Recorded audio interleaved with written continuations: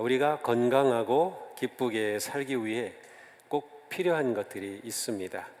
입을 것이 있어야 되고, 먹을 것이 있어야 되고, 살 곳이 있어야죠. 그래서 의식주가 해결이 되어야 우리는 건강하고 또 기쁘게 살 수 있습니다. 우리가 살아가는 일상에 꼭 필요한 것들이 있죠.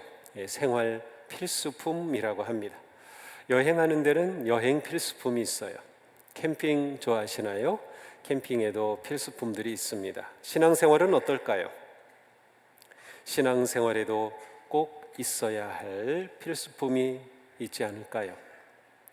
어느 날 베드로와 요한이 제9시, 우리 시간으로 오후 3시에 기도 시간 예루살렘 성전으로 올라가는데 문 앞에 장애가 심한 한 사람이 앉아서 구걸하고 있었습니다.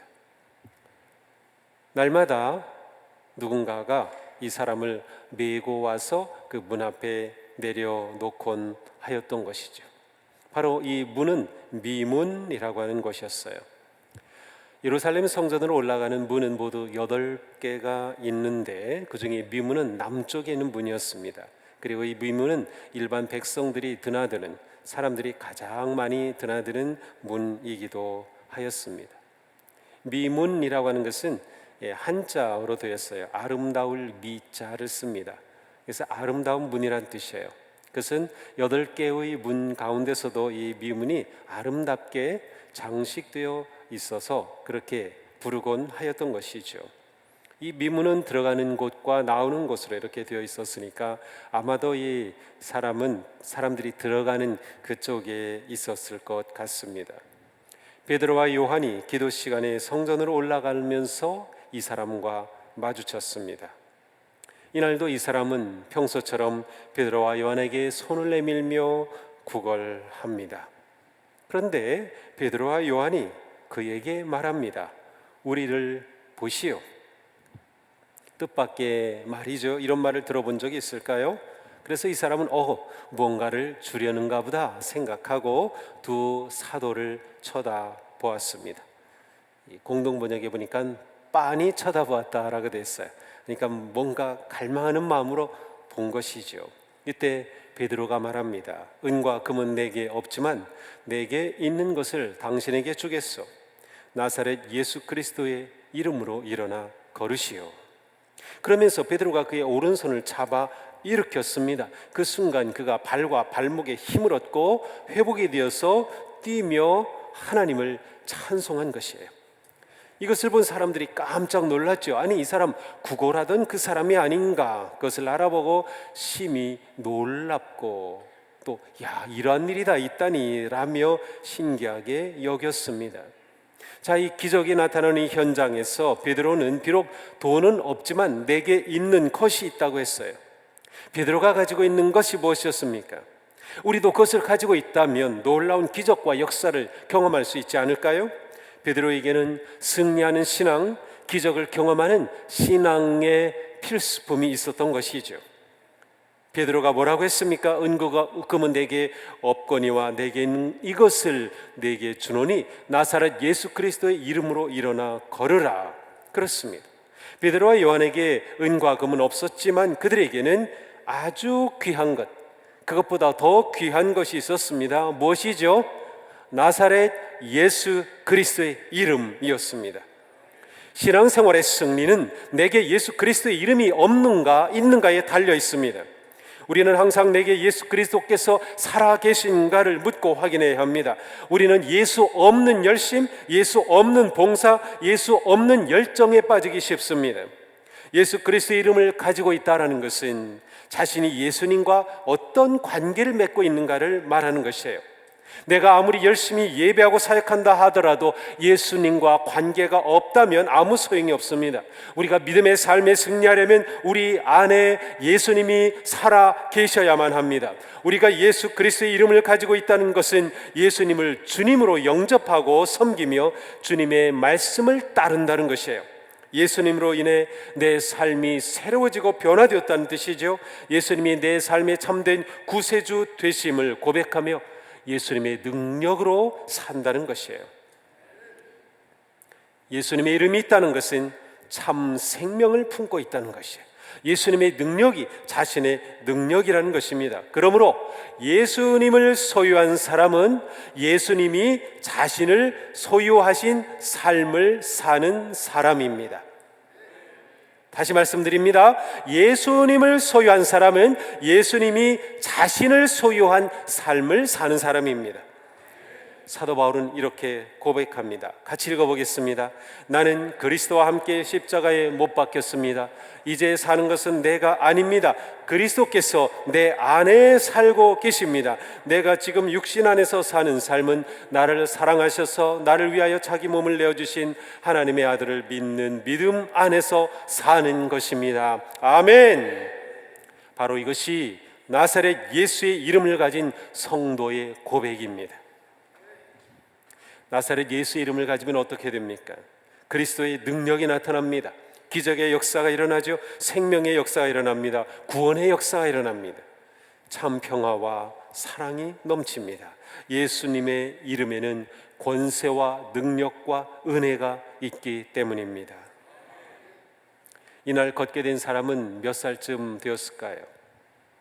사도행전 4장 22절에 가보면 이 사람은 40여 세가 된 사람이었습니다. 그러니 날 때부터 장애를 가지고 태어나서 40여 년이 되었다는 것은 어떤 방법으로도 고칠 수 없는 상황임을 말해줍니다. 그런데 베드로가 예수 그리스도의 이름으로 그의 오른손을 잡아 일으키니 일어나 걷고 뛰며 하나님을 찬양하는 역사가 일어났습니다. 그날 성전에 드나들던 경건한 유대인들은 걷지 못한 사람에게 동전을 던져주는 것으로 자신들이 할 일을 다 했다고 생각하며 뿌듯해하며 하나님께 기도하였을 것입니다. 그러한 율법의 행위로서는 앉아있는 그 사람의 근본적 문제를 해결해 줄 수가 없었습니다. 베드로와 요한은 지금까지 성전을 드나들면서 걷지 못하는 이 사람을 보았을 것입니다. 이 장애는 날마다 이곳에 앉아 있었기 때문이죠. 그런데 베드로와 요한이 달라졌습니다. 걷지 못하는 자를 보는 눈이 달라졌어요. 무엇이 그들을 달라지게 만들었을까요? 바로 앞에 나오는 성령 강림의 역사입니다. 성령 강림의 놀라운 역사 속에 부활하신 예수 그리스도를 만나고 부활의 주님이 그들 안에 계셨기 때문입니다. 전에는 기껏해야 동전을 던져주는 것으로 만족했을 그들이 이제는 이 걷지 못하는 자의 근본적인 문제를 해결하게 된 것입니다. 16절을 보니 이 사람은 완전히 성하게 치유됐어요. 완전히 치유됐어요. 예수 그리스도의 이름은 치유와 구원의 능력입니다. 걷지 못하는 자는 능력 없이 살아가는 모든 불신앙의 사람을 상징합니다. 오직 예수 그리스도의 이름만이 이처럼 앉아있는 영혼을 일으켜 세울 수 있습니다.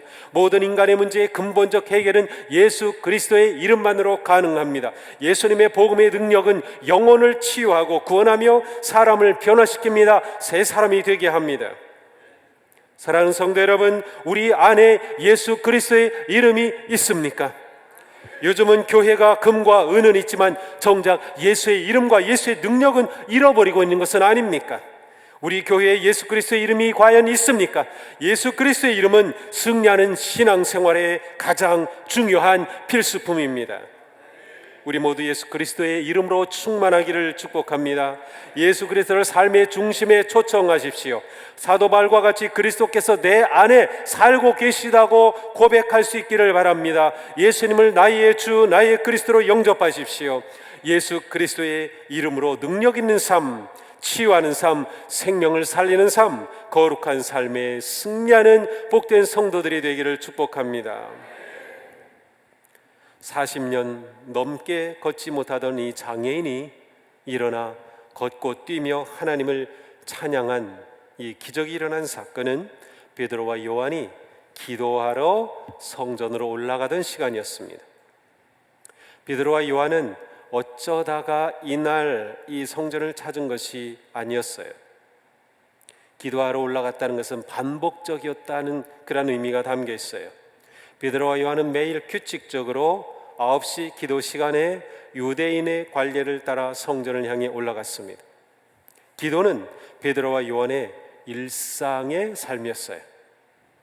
조세푸스라고 하는 유대인 역사가는 이 당시에 성전에서는 공식적으로 하루 2번 제사가 있었습니다. 이른 아침과 오후 3시에 있었습니다. 그리고 이 2번 제사 의식 가운데는 사람들이 함께 모여 공중의 기도 시간이 있었으며 또한 해질 무렵에 또 한 번의 기도 시간이 있었습니다. 그래서 하루에 3번 경건한 유대인들은 하루 3번 기도하였던 것이죠. 그리고 베드로와 요한이 올라갔던 이 시간은 제사의 시간이기도 하였습니다. 베드로와 요한의 예배와 기도가 규칙적이고 반복적이며 삶의 배인 그들의 부분이었음을 보여줍니다. 베드로와 요한에게는 예배와 기도가 있었습니다. 사도행전 2장에 보면 사도들은 오순절 다락방에 놀라운 성령 강림을 체험하였습니다. 그곳에 모였던 110명의 성도는 모두 성령이 충만하였습니다. 그런데 성령 충만한 그들은 성령 강림 후에도 계속 하나님을 예배하고 기도하는 일을 멈추지 않았던 것이에요. 하나님을 예배하고 하나님과 깊은 영적 교제를 중요하게 여겼습니다. 복음의 사역을 감당하려면 하나님에게서 오는 능력을 힘입어야 했음을 알고 있었던 것이죠. 우리는 베드로와 요한이 정해진 시간에 성전에 계속 올라갔다고 하는 사실에 주목해 봐야 합니다. 우리의 신앙생활은 크게 2가지로 나눌 수 있어요. 하나님을 사랑하는 삶과 이웃을 사랑하는 삶입니다. 우리가 하나님을 사랑하는 것은 예배의 삶으로 드러납니다. 이웃을 사랑하는 것은 사랑의 교제와 섬김, 봉사의 삶으로 드러납니다. 우리는 생명의 주이신 창조주 하나님을 사랑하고 예배합니다. 우리 안에 계신 생명의 그리스도 예수님의 구속의 은혜를 감사하며 예배하죠. 거룩한 삶의 동기와 열정은 예배에서 나옵니다. 예배는 영적 삶과 사역의 엔진입니다. 우리는 예배와 기도를 통하여 하나님의 에너지를 계속 공급받을 수 있습니다. 예배가 멈추고 기도가 멈추면 모든 영적 능력은 고갈됩니다. 예배와 기도 없는 헌신과 열정은 오래가지 못합니다. 예배를 통하여 살아계신 하나님의 임재하심과 은혜의 능력을 누리며 하나님을 경험하고 음성을 듣는 일이 우리의 영적 승리의 삶을 가능하게 하는 것이에요. 예수 그리스도의 이름의 능력은 예배와 기도를 통하여 끊임없이 공급됩니다. 우리가 한 마음으로 모여 하나님을 경배하고 찬양하고 기도하는 이 예배의 자리에 하나님의 은혜와 능력이 언제나 강력하게 임하시기를 축복합니다. 예배와 기도는 승리하는 영적 삶의 필수품입니다. 승리하기를 원하십니까? 하나님의 능력의 역사를 원하십니까? 예배를 영적 삶의 우선순위에 두고 지키십시오. 기도를 멈추지 마십시오. 찬양을 멈추지 마십시오. 어떤 상황과 위기에서도 아무리 바쁘고 어려워도 기도와 예배는 포기할 수 없는 우리의 우선순위가 되어야 합니다. 이처럼 예배와 기도는 우리가 반드시 가져야 할 영적 필수품입니다. 기도 없이 승리 기대할 수 없습니다. 기도 없이 영혼의 호흡은 계속될 수 없습니다. 사도 바울은 간곡하게 말씀합니다. 항상 기뻐하십시오. 끊임없이 기도하십시오. 모든 일에 감사하십시오. 이것이 그리스도 예수 안에서 여러분에게 바라시는 하나님의 뜻입니다. 성경을 보면 예수님만큼 기도하신 분은 없습니다. 예수님은 기도의 주님이셨고 언제나 기도로 일을 하셨으며 기도로 하나님과 깊은 교제를 나누셨습니다. 예수님은 밤새워 기도하셨고 새벽에 기도하셨고 제자들을 뽑으시기 전에도 기도하셨고 십자가를 앞에 놓고도 땀이 피가 되도록 기도하셨습니다. 사랑하는 성도 여러분, 기도를 놓지 마십시오. 기도를 꽉 잡으시기 바랍니다.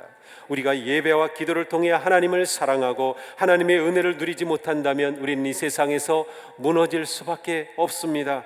예배가 살아야 우리 영이 삽니다. 예배에 승리해야 우리의 신앙이 승리합니다. 베드로와 요한의 기적의 역사는 예배와 기도에 성공한 결과였습니다.